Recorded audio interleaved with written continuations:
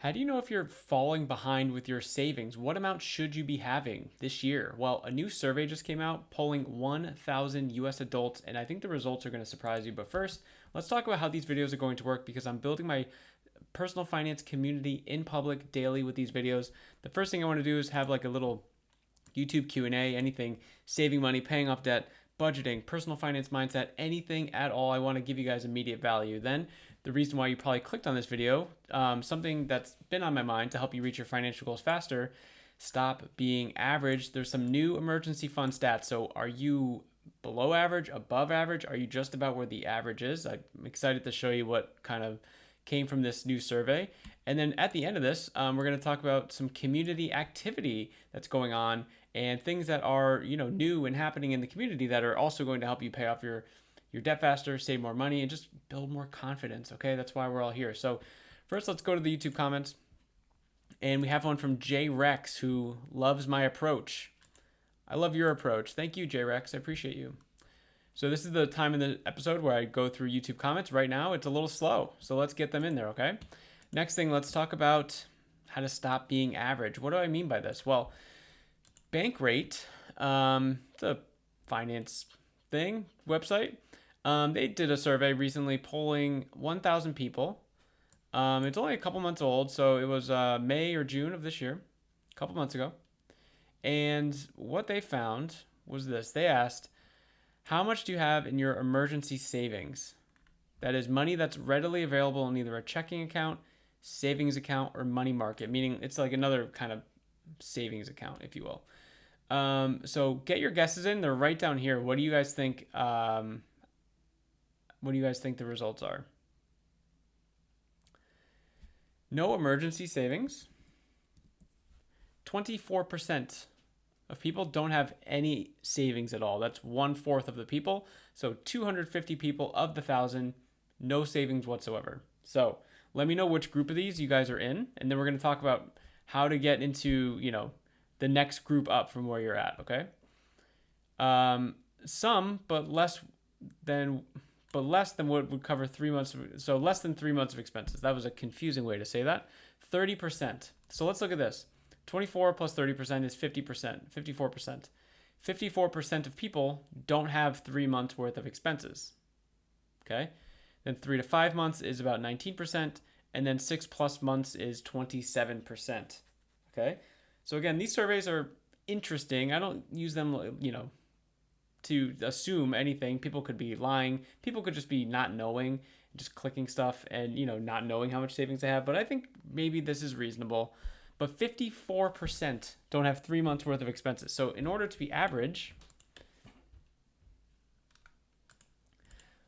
let's get average. Let's be average. Let's get there. Let's get the average. This is not English, by the way, but we're going to leave it. Let's get average. Yes, that was terrible. Okay. So if 54%, I can't type right now. Sorry about that.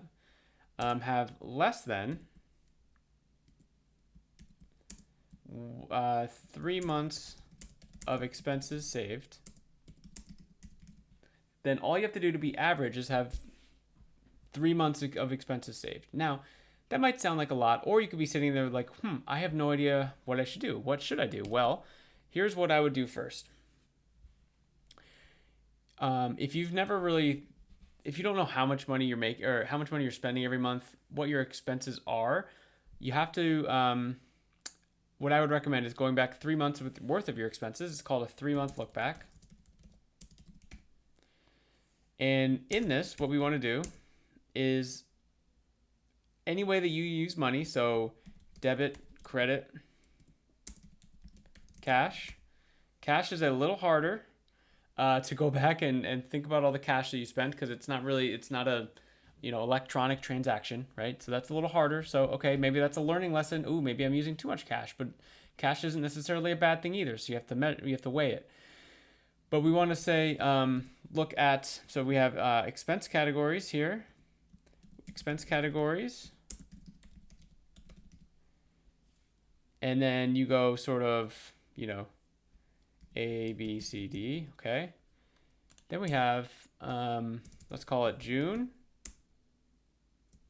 July, August. And then for each expense category, what you do is you just find the totals for each of them. And you write them in here. And then over here, we have an average. This average is going to tell you basically over the last 3 months how much you've averaged on spending. So if you don't know where to start, let's start there because it's a great idea. Now for bonus points, what you could really do is go back 6 months. That's going to give you an even better idea of how much you're spending. This does fluctuate month over month, especially if you're not tracking it, because it's just you're just buying stuff, right? We have no clue what's going on. So this is what I recommend fully, absolutely. And then from there we say, okay, let's say you spend, I don't know, $3,000 a month, okay? You spend $3,000 a month. Now, obviously, it's way too big. Obviously, if we spend $3,000 a month, what does that mean we need to save? We need to save $9,000, right? So then how do we get to $9,000? Well, we go through this 3-month look back. And once we have our averages and everything like that, we see where we used to spend our money. And then we start thinking about how we want to start spending our money. And we think about this process called the North Star goals, okay? So this really helped me when I was paying off, me and my wife, $43,000 of debt in 13 months. We use this process where it's like, where have we been putting our money? And how do we find more money in our own finances right now without getting another job, a side hustle, selling that weird thing that we have in the basement on eBay, okay? So like, how do we get it with by changing our money mindset? How do we change it by doing that? Well, I want you to write down a list of, 1, 2, 10 things, it doesn't matter, okay? And these things are the things that matter to you the most. So these could be life stuff, this could be financial stuff, it could be a non-negotiable that you are spending in your life that you're like, I'm not parting with this. That's fine. So make the list of what you want. And then whatever doesn't make the list, you're giving yourself permission to sort of, trim around and cut the fat out, okay? Because at the end of the day, we're humans and we don't have every single resource under the sun. Even the richest people in the world don't have all the resources. If they did, they would have already done the things that they wanted to do, right? So we never have all the resources we want or will have. So we just have to make do with what we have for now. That's the caveat there. Like, we shouldn't settle with how we're living our life now, how much money we're making. We should never settle with that. But like, how do we just realign it? So if we're spending $3,000 a month, okay, let's say the income on that income is also $3,000, and you feel like you're living paycheck to paycheck and you have no extra money. It's like, well, it's because we make 3,000 and then we're also spending 3,000. So what's going to happen here is, one, it might open up your eyes to like, okay, I'm spending way too much in one of these categories. It's not even on my North Star goal list. Or you could be like, you know what? I'm not even spending enough money in a certain category that's on my North Star goal list. So I don't want you to think of this as like cut, restriction, blah, blah, blah. Like, I don't want you to make that excuse of like, oh, this budget is holding me back. No, the budget and this sort of intentionality in our money is going to pull forward our future because we're going to have a better understanding of our money. It's not holding you back. It's holding you back not doing it. It's holding you back not doing it because we're holding back your future. Because if you keep doing this, you're like, oh, I'm not going to budget. It's restriction. It's restricted there. It's restricted there. Sorry, it's late. It's restrictive. We'll just say that. I'm not going to budget. It's restrictive. But you still just live paycheck to paycheck to paycheck to paycheck to paycheck. It's not going to do anything. Okay. So what could end up happening from this is like, oh, you know what? I actually only really need to spend $2,700. Now this number, oh God, my math here is 900. Now this number is just $8,100. And since you're making $3,000 of income, now you have a gap of $300 and you can start saving towards this. Now, will $300 a month make you rich? Absolutely not. So let's make this a little arrow here. $300 a month. Will that make you rich? No. But what it will do is get us closer to this. We can't save $8,100 until we save the first $300, right? So how many months would this take us? Well, again, my math is struggling here, but would that take, yeah, I guess 27 months, right? 27 months. So it's like, okay, over 2 years to get to my 3 months. That sounds like a lot. Yeah, it could be, right? So that's where the next kind of step is like, how do we um, provide more value in the marketplace? What do I mean by that? How do we become more valuable in the workplace, the marketplace, the internet, whatever, however you make money? How do we become more valuable? How do we make more money? That's the goal of this. I've talked to dozens and dozens and probably over 100 people by now about their personal finances. I've been doing this for over a year, and by this I mean just like actually talking to people. I've been doing the whole personal finance thing for over 10 in my own personal finances. And I really find it interesting that a lot of people just feel like they're stuck with their low income or their perceived low income. And it's just kind of interesting because we are the only ones that can really, we have the leverage on how to fix it, how to improve it. And I think a lot of people don't give themselves enough credit as to, or they're willing to just push the blame onto someone else as to why they aren't making enough money, right? It's their boss, it's their company, it's a political party, right? It's a I don't know, something else. I don't want to get canceled. It could be anything. But how are you gonna put the control back in your hands? So a quick story here. I in my probably early to mid 20s, I had like a mid 20s crisis, and I was doing a job that I did not go to school for. I went to school for accounting. The job was sort of like skill adjacent, but it wasn't accounting. It wasn't traditional accounting, and I just got way too comfortable in that job. And I woke up one morning and I was like, "What am I doing?" Like I went through all this effort, all this like BS, like studying and tests and like trying to do this thing for the thing that I thought I wanted to do, and I didn't even give it a fair try, right? And the whole time I was like, oh, my income's low. I was like, oh, this company stinks. Like, they don't really value their employees. And I was not putting any control in my hands. I was just like blaming other people. So I woke up, I was like, nah, I'm going to do this. It's going to maybe take a little bit to like ramp up my income because now I'm basically starting, you know, when you're working for 4 or 5 years and then you go into like sort of an entry level job, which is kind of what I ended up doing.